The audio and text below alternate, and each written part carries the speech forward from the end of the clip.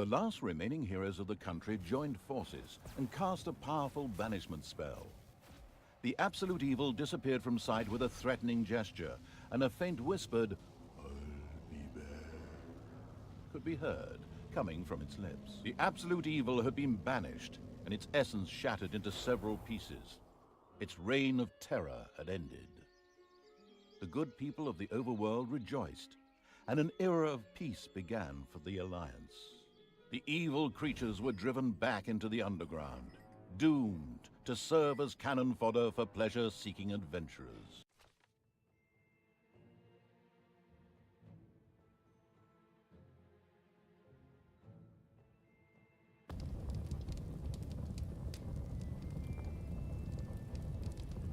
And the Hand of Terror arose, controlled by the ultimate evil.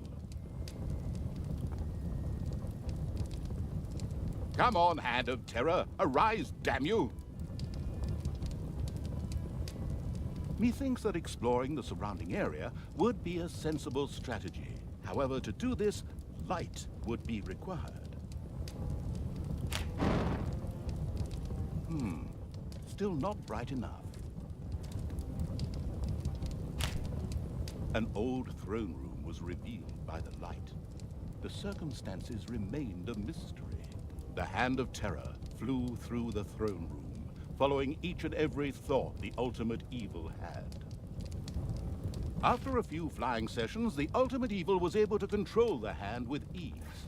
The time had come to call forth creatures who were completely devoted to it and would do its dirty work. Little Snots were the dregs of each and every dungeon and spent their time taking care of it. The expansion-mad evil hired one Snot on the spot. The first Little Snot appeared. It was completely ready to work in the dungeon and to crawl in the dust before the ultimate evil. Little Snots were important to the ultimate evil because they took care of many important little things, such as excavating new areas. The psionically gifted evil could sense the presence of something important that was buried to the south. It instructed its Little Snots to dig in that direction. As quick as a fart, the Little Snot made his way to the marked position and began to dig. Behold, the creatures of the overjoyed evil had apparently been much more industrious than it had thought. A great dungeon was revealed behind the wall. Everything was already in place.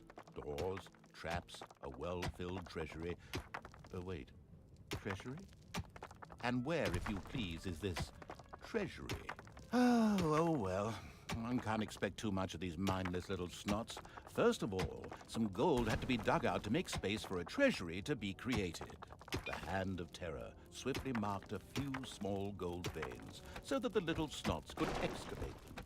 As soon as the gold vein was selected, a Little Snot immediately set out to mine valuable gold for the greedy evil.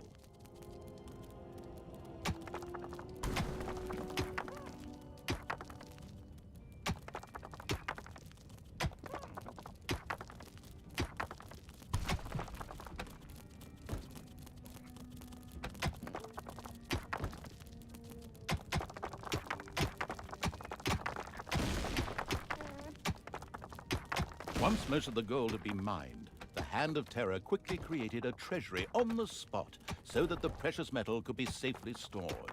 The clever evil mastered this task with flying colors. From now on, Little Snots could use the treasury to store mined gold. It was then at the greedy evil's disposal whenever more rooms needed to be built or new creatures recruited. Little Snots were all well and good, but were too weak and cowardly to defend the dungeon. Since it was not able to defend itself, the ultimate evil would have to hire some orcs. But they would require food. Liquid food. Well, beer to be precise. So the next important thing to build was a brewery. And that would require some space to be created. The ultimate evil had the feeling that its servants were not really putting their backs into the work.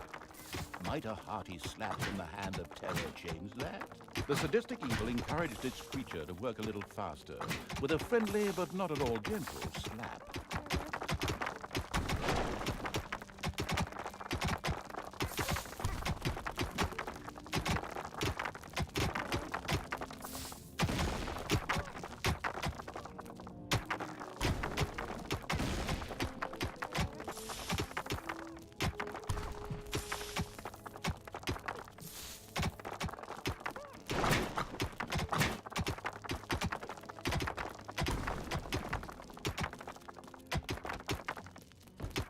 There was now an area cleared for the brewery site, and with quick finger snaps from the Hand of Terror, the room stood ready.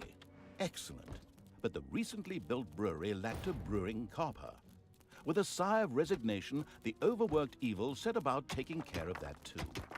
The hard-working evil effortlessly built a brewing copper so that delicious beer could be brewed as soon as possible.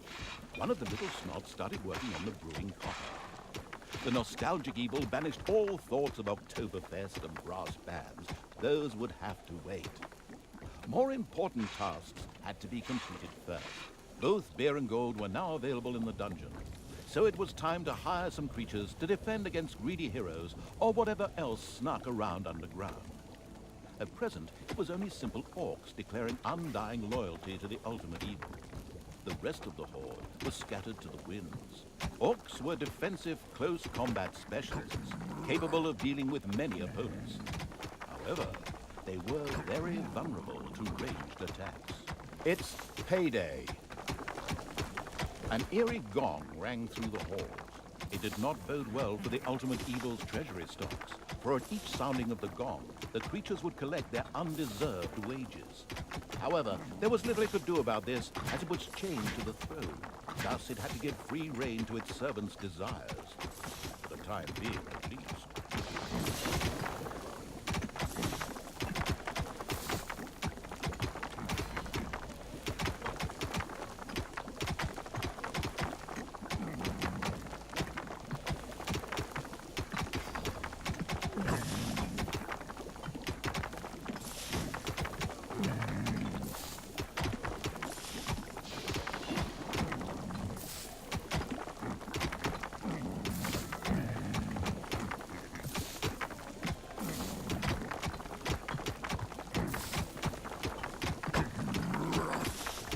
One louse-infested orc crawled up from the depths and declared allegiance to the ultimate evil.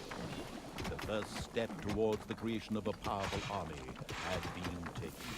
The dungeon of the expansion-mad evil grew and prospered, but unfortunately, it had reached the maximum possible population it could currently manage. Now a creature would have to be thrown into the bottomless pit before any others could be brought in. The profound evil had had enough of dungeon sightseeing and now wanted to move to the surface to try a dish that is best served cold. Revenge. Some Alliance members were bound to be guarding the entrance to the overworld. A fine appetizer for a vengeful evil. The nameless evil's creatures came upon a spider's nest during their search for an entrance to the overworld. It would take more than one orc to smooth that out. The abysmal evil used the Hand of Terror to grab several of the creatures that were still completely inexperienced at fighting, and threw them onto the spider's nest.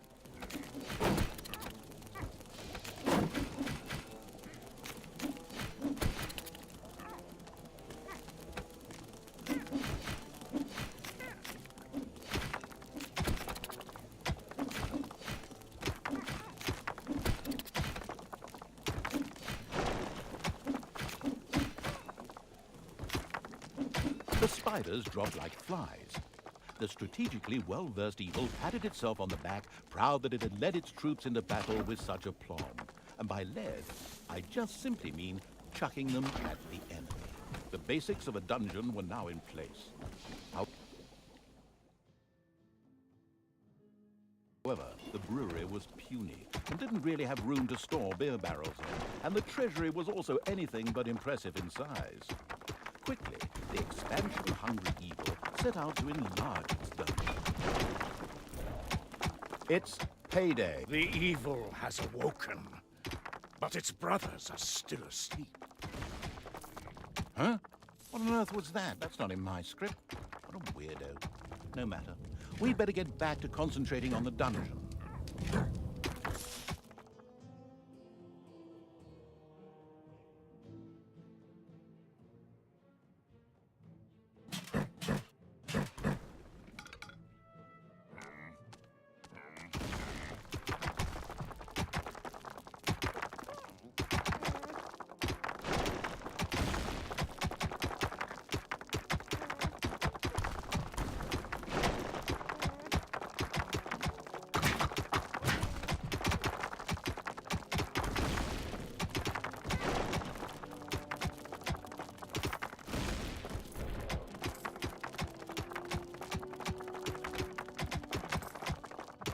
creatures of the ultimate evil suddenly developed a craving for chocolate.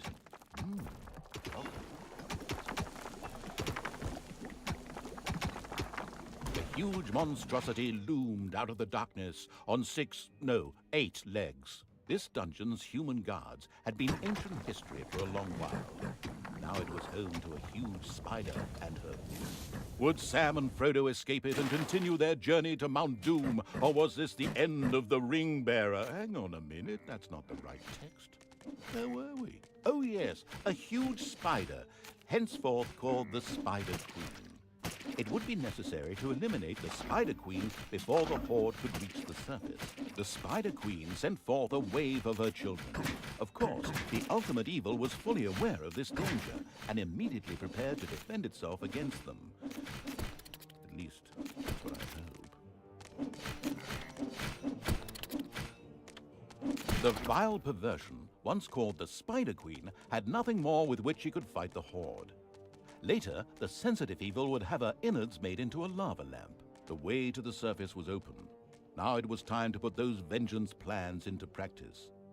The vile evil wanted to take this opportunity to utter a really sinister laugh. But unfortunately, its physical state made this unviable. Instead, it asked the narrator to do a bit of sinister laughter on its behalf. Oh well, here goes. Deep breath.